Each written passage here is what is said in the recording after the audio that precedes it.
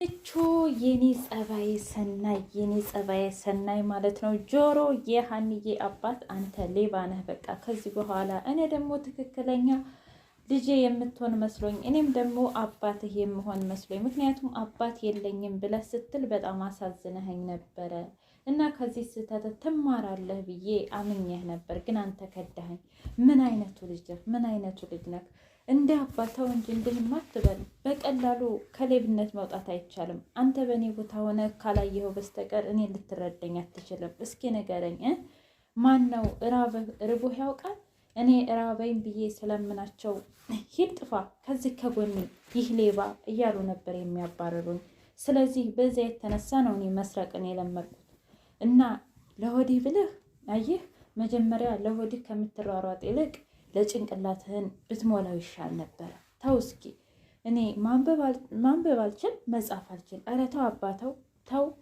ለምን ሰርተህ አትበላም? እስኪ ንገረኝ። ይህንን ቁመን ይዘህ ሙሉ ጤና ይዘህ እያሉ የሀኒ አባት እንግዲህ በጣም ሰደቡት ጆሮን፣ ስም ሳይቀር አውጥቶለት። ነገር ግን እንዴት ልማድ በትንሽ ነገር ስለማይለቅ አሁንም መልሶ እዛው ሌብነቱ ዝፍቅ ብሎ እንግዲህ እውነት ለመናገር በጣም ያሳዝናል ማለት ነው።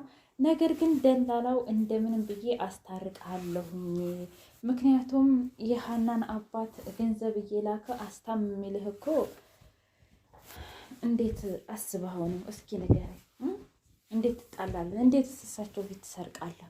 ቆይ ይሄ ሌብነት መች ነው የሚለቅህ? እያለ ደላላው በጣም ደረጀ እንግዲህ እየጮኸበት ነበር ማለት ነው። ብቻ እንደምንም ብዬ አሁን መታረቅ አለብኝ፣ ካልታረኩኝ ግን የእውነት እኔ በጣም ጥሩ ስሜት እየተሰማኝ አይደለም። ታውቃለህ፣ የሰው አባት እኮ አባቴ ብዬ ተቀብያለሁኝ እና ወድጃቸዋለሁኝ በጣም።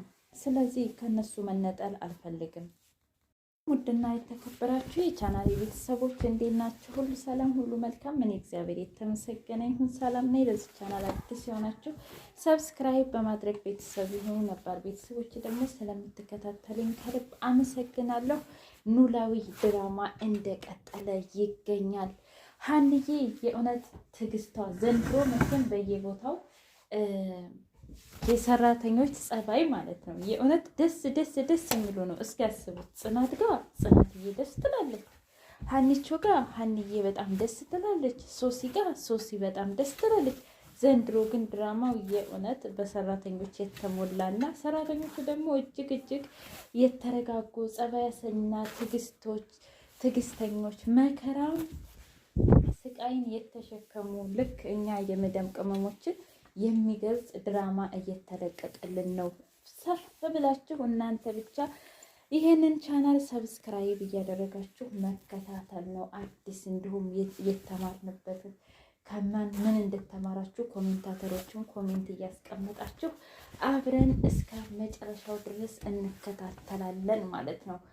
ኖላዊ ድራማ በጣም ደስ ይላል። ነገር ግን እውነት ሰላም በየቦታው እንግዲህ ክፉ ትወና ነው የምትተውነው ማለት ነው። ነገር ግን በጣም ኦቨር ሄደ ትወናዋ ማለት ነው። በዚህ ልክ ሰራተኛን ቁም ስቅሏል እያሳየቻት ትገኛለች። ምክንያቱም ለወጣ ነው ምግብ ስሪ ቶሎ የሚፈጥን ነገር ብላ ሀኒቾ ደግሞ ሂዳ እንቁላል ሰራች። ከዛም በኋላ እንዴ ቁርሱ አልደረሰም እንደ ስትል አረ ደርሷል፣ ቁርሱማ እኮ ሰራሁልሽ። ማለት ምን ቁርስ ነው? ቁርስ ብለሽኝ የለ እኮ ምን ማለት ነው? እንቁላል እንዴ? እኔ ሰላም ነኝ እንቁላል የምበላው? ከመቼ ወዲህ ነው እንቁላል የምበላው? እስኪ ንገሪኝ አለች። አይ ታዲያ ቶሎ የሚፈጥን ነገር ስሪ ስትኝ ምን ላድርግ ብለሽ ነው? ያው የደረሰልኝ ይሄ ስለሆነ ይህን ሰራሁልሽ አለቻት። ከዛም በኋላ እባክሽ ተይው በቃ ይሄን አልፈልግም፣ ሂጂና ሰንዱች ነገር ስሪልኝ። ውይ እንደው መዳረቅ እኮ ነው እያለች በጣም እየተበሳጨች ነው። እውነት ለመናገር ምላሴ በጣም ደስ የሚል እንዲሁም ደግሞ ለሰራተኛ ክብር ያለው የተረጋጋ ሰው ነው። አልጋውን ራሱ እኔ አነጥፈዋለሁኝ አለ። አረ ችግር የለውም ስራዬ እኮ ነው አለችው። አይ ይህን ያህል በዚህ ልክማ ራስሽን እንትን አትበይ ሲላት፣ አይ ግድ ነው ያው እኮ የምከፈለው ሁሉንም ለማስጥያት አይደል? ለሁሉም ስራ ነው ደሞዝ የሚከፈለኝ። ስለዚህ እኔ አጸደዋለሁኝ። የሀንዬ አባት ደስ የሚሉ ልጄ እኔ እኮ እንደውም የበለጠ የምታመመው አንቺን ሳላይ ስውል ሳድር እንዲሁም ደግሞ ከአንቺ ጋር ጊዜ ሳላሳልፍ ስቀር ነው እንጂ በሽታው ብቻውን በፍጹም አይገለኝም። አይ አባዬ፣ ያው አንተ ከገጠር የመጣ ነው አንተ እንድትታከም አይደል? ስለዚህ የግድ አንተ እስከምትታከምና ሌላ ስራ እስከማገኝ ድረስ መስራት አለብኝ አለችው። ከዛም በኋላ እሺ ደግሞ ልጅህ ጋር በደንብ ምግብ ብላ፣ አሁንስ ከኔ በላይ ለሱ ለልጅ በጣም ተንከባከብከው እንዴ እንዳልቀና እያለችው፣ አረ ከአንቺ ከልጅማ ማንም አይበልጥብኝም እያላት ነበረ። ልጁና እንግዲህ ጆሮና የሀንቹ አባት እየሄዱ ደስ የሚሉ ወሬዎችን እያወሩ ልጅ ደከመኝ ሲለው እና አባዬ ደከመ እንዳለ የእውነት ማለት ነው። ከዛም በኋላ አይ አላደለ ትንሽ ልረፍ ብዬ ነው፣ ደግሞ ምግብ እኮ አልበላሁም አለ።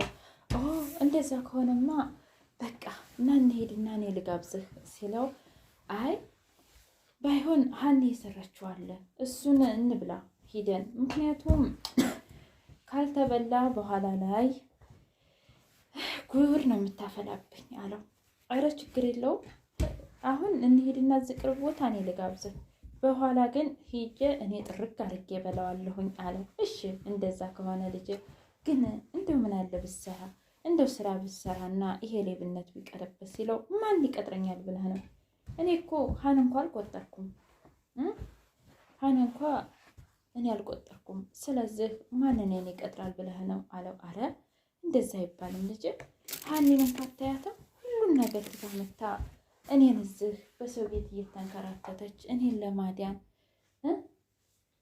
ከፍ ዝቅ የምትለው እኮ እስኪ ታመልከታት አለው። እሺ ብቻ እሞክራለሁኝ አለ። አይ እሞክራለሁ ሳይሆን አደርጋለሁ ነው የሚባለው እያለ ሲያወራ ነበረ የሀንች አባት። በሌላ በኩል የሰላም እናት እንግዲህ ልጄ የት ነሽ? እባክሽ አንድ ነገር ሳልሆን ነይ ቶሎ፣ አትፈልጊኝም ወይ እያለች ፎቶዋን ይዛ እያለቀሰች ነበር። አሁን እኔ ኑረሽ በነበር አይዞሽ እናቴ ብለሽ ከጎኔ ታጽናኝ ነበር እያለች ነበር። ሰላም ከነቀች በኋላ አሁንም እዛቸው ልጅሽ ጋር ነው እንዴ? ወይ ጉድ! እንደው ይገርማል። ለማንኛውም ተነሽና ነይ እንሂድ ቤተክርስቲያን። እንዴ ኧረ እኔ አልሄድም። ለምን? ማለቴ እኔ ዛሬ ቤተክርስቲያን አልሄድም፣ ይልቅንስ ምግብ ርቦኛል። ምግብ? አይ እኔማ አልሰራም አሁን። ማለት አንቺ ሰርተሽ ብዬ እኔ ሰላም ነኝ ክችን ገብቼ ምግብ የምሰራው? አዎ ምን ችግር አለው ለራስሽ። አይ በፍጹም አላደርገውም እያለች እናቷን ስትገላመጥ ነበር። ኦቨር ነካች ሰላም በዚህ ልክ እናቷን። እናቲቱስ ብኮን እውነት ለመናገር በዚህ ልክ ሰይጣን ነሽ ምናምን እውነት በጣም እንትን አጋነነችው ማለት ነው። እናቲቱ ራሱ የእውነት የእናትነት ወዝ ራሱ በፍጹም እየታያባት አይደለም። እንግዲህ ምላሴ ደስ የሚል እንደውም ነይ እንሂድ እኔ ልጋብዝሽ ብሎ ካፌ ይዞ ሄዶ፣ እንዴ ግን እዚህ ዘይም የመጣኸው በጣም ደስ ይላል። አዎ በጣም ደስ ይላል፣ ምግባቸውን በጣም ይጣፍጣል፣ ከጓደኞቼ ጋር እዚህ ነው የምንበላው እያለ ምላሴ ከእናቱ ጋር ሲያወራ ነበረ። ከዛም በኋላ ጆሮ ስልኩን ሲያየው በፍጹም ስሜቱን መቆጣጠር አልቻለም። ይሄንን ስልክማ ማጮህ አለብኝ መሸጥ አለብኝ ብሎ ልክ እንደሰረቀው ሲቅበዘበስ የሀኒቹ አባት ደግሞ አረ ምን ሆና ነው ልጄ ዛሬ እንደው እጄ ልታጠብ ብለህ ሂደህ እጅህም ደረቅ ነው አሁን። ቆይ ምን ሆና ነው? ሽታው ለቀቀው እንዴ? እንዴት ሆኖ ለቀቀ? አንተ ሳይ ነው መሰለ እያለ በጣም እየቀለደበት ነበር። ምላሴ ዶክተር ዛሬ ደውሎ ነበር። እንዴ ማየ በሰላም ነው የደወለው? አዎ እኔ ወደ ውጭ ሀገር ልሄድ ነው እና ሌላ ዶክተር እንዲፈለግ ብሎ ነው፣ ለሱን ለመናገር ነው። ከዛም በኋላ ሰላምን እስኪ ሰላም ፈልጊ ለወንድምሽ ዶክተር። እንዴ እኔ ዶክተር የምፈልገው? እኔ እኮ ጭራሽ ዶክተር እኔ በፍጹም አላውቅም። ደግሞ የኔ ጓደኞችም ዶክተሮች አይደሉም አለች። ካልሆነ እኔ ልንከባከበውና ትሰጭኛለሽ ለእኔ አይደል ብሩን አለቻት። አይ ትቀልጃለሽ አይደል? እና ምን ላድርግ ብለሽ ነው? እኔ የማላውቀውን ስራ እንዴት አድርጌ እሰራለሁኝ? ብቻ ግን እንደምንም ብለን ዶክተር ማግኘት አለብን እያለች ለልጇ ያው የእናትነት ወጉን በሀሳብ ታውጣለች። በሌላ በኩል ልጄ የት ነች? ልጄ ማን ነች? እያለች ነው። ልጇ ግን እውነት ለመናገር ፊቷ የተቀመጠችው ሀና ነች። ነገር ግን ለሀና እያዘነች አይደለም። ልጄ እንኳ